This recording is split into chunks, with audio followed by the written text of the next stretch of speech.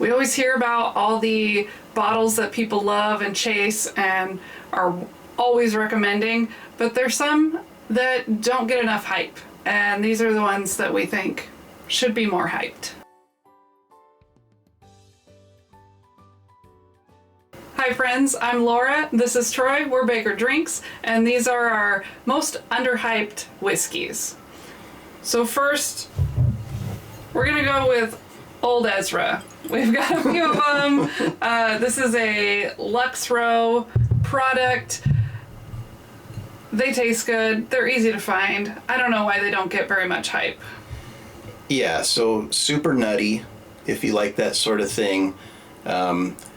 These distillers collections, they're like $50 or less. The store picks, they're all over the place.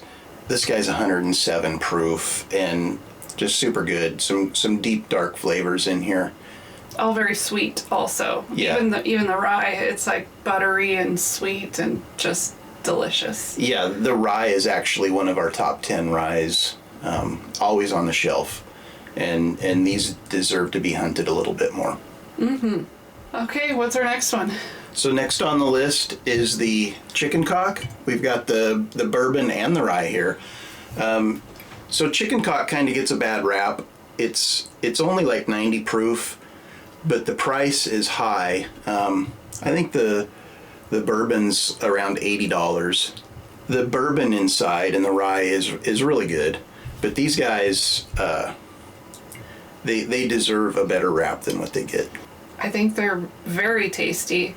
When you see it on the shelf, I think maybe the name is just, it's a little strange. So people might pass it because of that. But if you like lower proof whiskey, 90 proof, with big flavor. With big flavor, these are great. They have a good mouthfeel, they have good flavor, they are delicious. Nobody talks about them. They're easy to find. Definitely recommend them. And I love the bottle. It's got like a chicken wire kind of texture to it. It's pretty cool. Yeah. Maybe that's why they cost as much as they do. Maybe. Special bottles. So the next one, we're a little conflicted about putting it on the list, but I also think it doesn't get the hype that it deserves. So we've got High West Double Rye picks. So not just the normal one.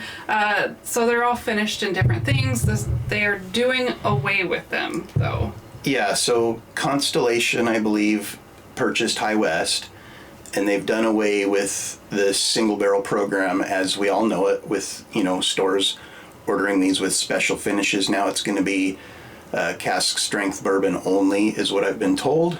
Mm-hmm. So the High West double rye picks that are out there, they're all there is. That's all that's remaining. There won't be any more.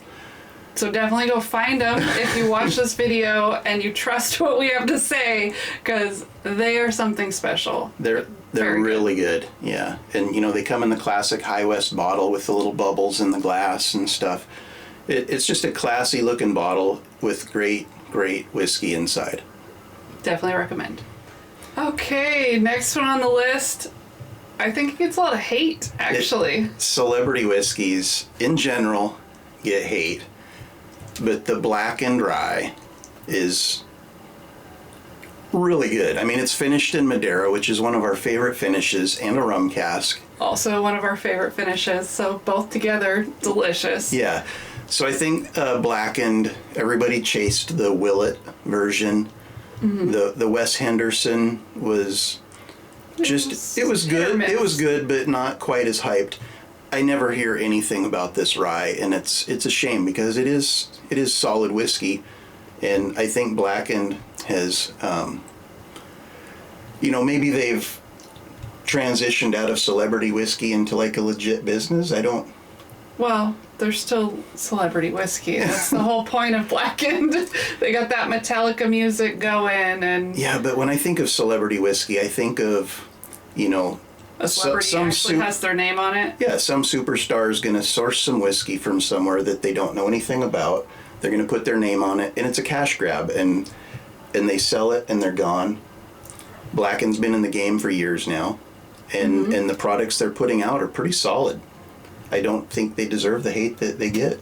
No, I mean, I don't know if the Metallica music does anything for the whiskey or not, but I know what's in the bottle tastes good. So, again, we'd recommend it. It's easy to find, at least around here. I imagine it is elsewhere. It's at Bevmo. It's at Total Wine.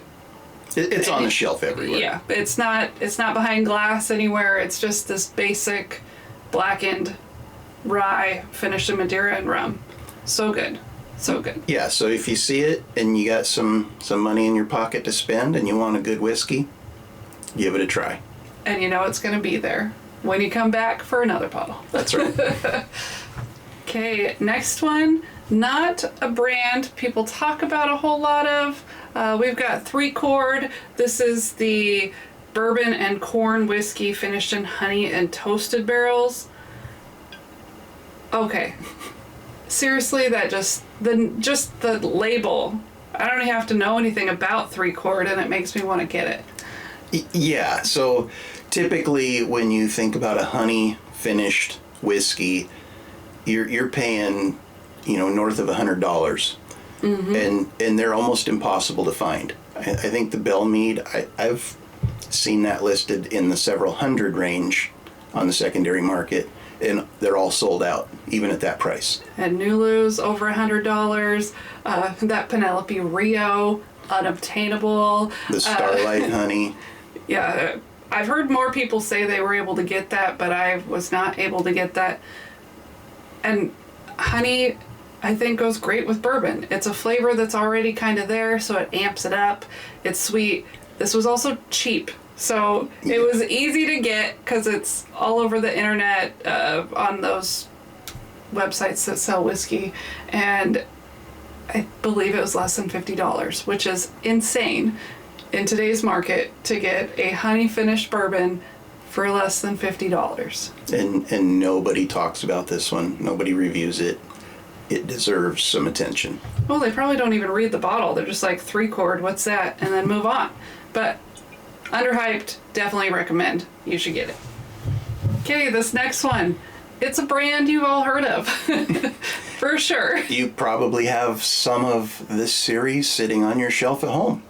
Yeah, we're talking Whiskey Row, Old Forester, not the 1920 and 1910. That's what everyone always talks about. They're always recommending it. But you're missing out if you're not getting 1897, Bottle and Bond. This thing is probably my favorite of the Whiskey Row. I was going to say, honestly, that's probably my favorite in the Whiskey Row series. The 1924 is not out yet, so I don't know what that one's all about. But something about that 100 proof Bottled and Bond, it's quality, it has rules, and it tastes delicious.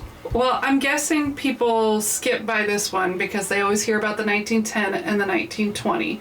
And then they're like, why would I get this 100 proof one when I can get the other one for $20? Yeah, the Old Forester 100 is just sitting there. This one, so good. Best in the series, in my opinion. Yeah, and it's definitely a step up from the Old Forester 100. I think it's worth the price tag. Also from Old Forester, this guy catches just a ton of hate. The Statesman, 95 proof. People don't like it. It was associated with a movie. I don't know what movie. Kingsman, I think. I'm not a big movie guy. Anyways, this one catches a ton of hate. It's a little spendy, $50 range for the 95 proof. That's probably what people hate about it the most. But it is a solid pour. If you like that Old Forester Bananas Foster profile, I highly recommend either of these 2 bottles from them. I think that one also usually comes across as really nutty for me. So you gotta like a nutty bourbon to enjoy it. But, I mean, how can you pass these up? Why doesn't anyone talk about them? They're so good. They're delicious. Okay, we're heading back to Lux Row. I'm sure you guys have heard of this bottle. It does not deserve to be ignored, though. 10-year-old, Rebel 10. It's single barrel, 10 years old, wheated bourbon. Yeah, so this guy I have seen quite a few reviews on, And just when you start thinking that the hype is going to take off on it, it fizzles and the next thing comes along that people are chasing. But for a 10-year wheated bourbon at about $85 on the shelf, you will struggle to find one better. And so I don't know if that's why, if it's the hype that drives it, where we thought that it was getting more hype and then it became hard to find and now there's no hype. And it's same thing. I don't know why there's no hype, same bottle, but now it's easy to find. It sits there and collects dust. Which is crazy because it's so good. Okay, this next one you may have heard of, you may not have. So we've got this next company, Rare Character, especially their rye. The owner gets barrels from other companies. He sources them. Supposedly the better stuff out of these different companies. Yeah, so think like Orphan Barrel, but this is truly a single barrel operation. He's not buying batches of lost barrels. He's buying single barrels. I think they're all picks. I think they only do picks. Okay. So he picks them, and then other people pick from his picks, is my understanding. Yeah, and these are all 95.5 Kentucky ryes, not Indiana ryes. And they're so good. The flavor is just amazing. Maybe that's why we love them, because there's not a lot of those kind of ryes out there. Yeah, if you've never had a 95.5 Kentucky rye, they are truly something special, and I encourage it, and you should get a Rare Character. This one happens to be finished in Amberana, Laura's favorite finish. Well, Troy's got to have some bottles on the shelf too, I guess. But yeah, they're on the spendier side, $100-ish per bottle, worth every penny. And I don't see any reviews of these out there. There may be some, but nobody really talks about these. This one we got at a store in Portland, there was 50 of these sitting on the shelf a month ago. There's 49 of them on the shelf today, because I bought one. I would put these against any rye on the market, and it would compete, if not win. I would say at least top 5 for sure of any rye we've ever tried. This is including Thomas H. Handy and Sazerac 18. Yes, these unobtainable rye whiskeys. This competes definitely. Rare Character, rye, go for them, find them. Yum. Do you think people are going to believe us on this next one, that it's underhyped and that they should go get it? I would not only say underhyped, I would say downright hated. But we disagree. We give this all the hype. So the Balcones, single malt, single barrels at cask strength. We're not talking the whole brand. I can see people saying, hey, we're talking single malt, single barrels. At cask strength. At cask strength. These black labels, the single barrel labels, these single malts have so much flavor in them. Mm-hmm. Truly, the bottle Laura's holding is going to be in our running for Whiskey of the Year. Look at the color on that. Nice and light, because even though it's finished in Texas, it's not finished in a new charred oak barrel, because sometimes you don't need all that. Yeah, and this one, just the exact opposite. Black. It's motor oil, finished in new charred oak in Texas for 5 years. But you ever get one of those whiskeys that when you take a sip of it, you're kind of at a loss for words. You're just, you can't speak. You get lots of oohs and ahs and ums. That's truly the experience that I get with these Balcones single malts. They're so good that, it's just hard to speak after you take a drink of it. They also are high proof. So that adds to it as well. Yeah, 129 proof, But they are some of the best we've had. We love single malts, and these are just such huge flavor in a good way. In a great way. I say that. In huge flavors, but in a good way. They're amazing. And what would a Baker Drinks list be without Jack Daniels on it? And she'll tell you we saved the best for last. It's just the order I grabbed them.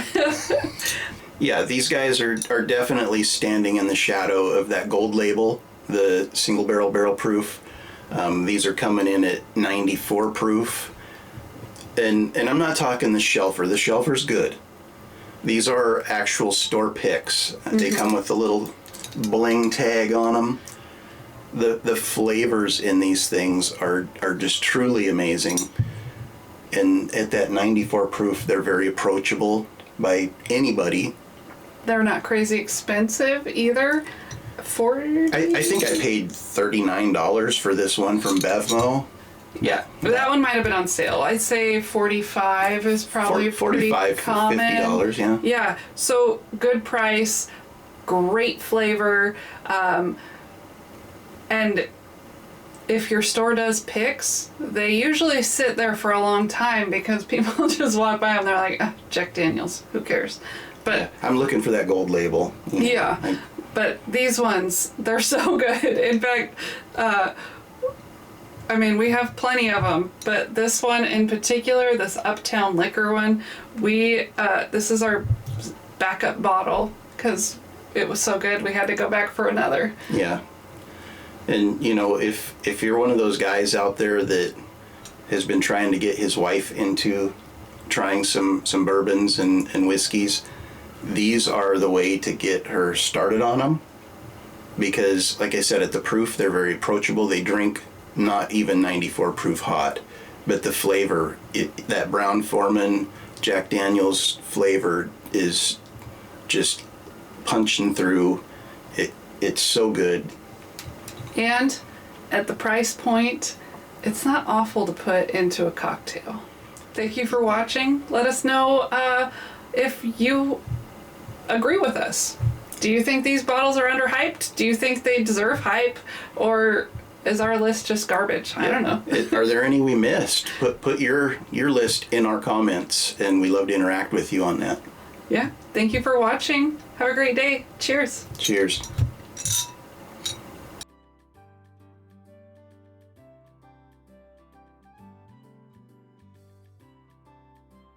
I just want to remind you guys that I will be doing a giveaway once I hit 1,000 subscribers on my live stream. We will be giving away a Henry McKenna 10, an Eagle Rare, and a Blanton's. I just need you to subscribe, share my videos, leave comments, anything you can, and then join on the live stream once we hit 1,000 subscribers. Thank you for watching. Cheers.